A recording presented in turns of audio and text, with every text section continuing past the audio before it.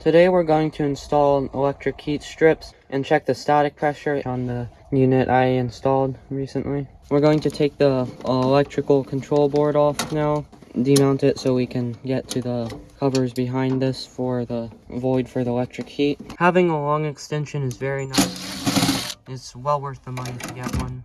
There's some holes in the back and we have to line the holes in here for the electric heat strip. So we've installed the strips and now we're going to make some jumpers, since for some reason the kit's missing a lot of stuff. So we've made up the jumpers, making sure to use the double tighten method where you loosen and then tighten, and then it allows you to turn it a little bit more since it smashes the conductor. That creates a better connection. One of these is the common, the other's the W. This will be plugged in to the board right here. Now we should be ready to test this since all the connections are connected. We're testing the temperature split now. So we just tested from the auxiliary to C, which should have 24 volts, but it has 0 volts, so the thermostat is bad. So we're going to use a jumper from the auxiliary to R.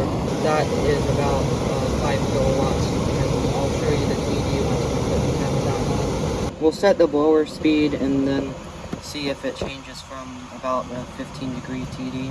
We installed the electric heat strips and they work and they draw the proper amount of current.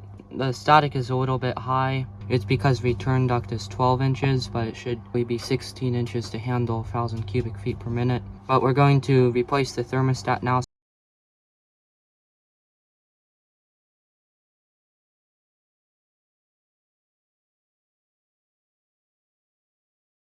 We're testing the heat strip with the test mode on the thermostat.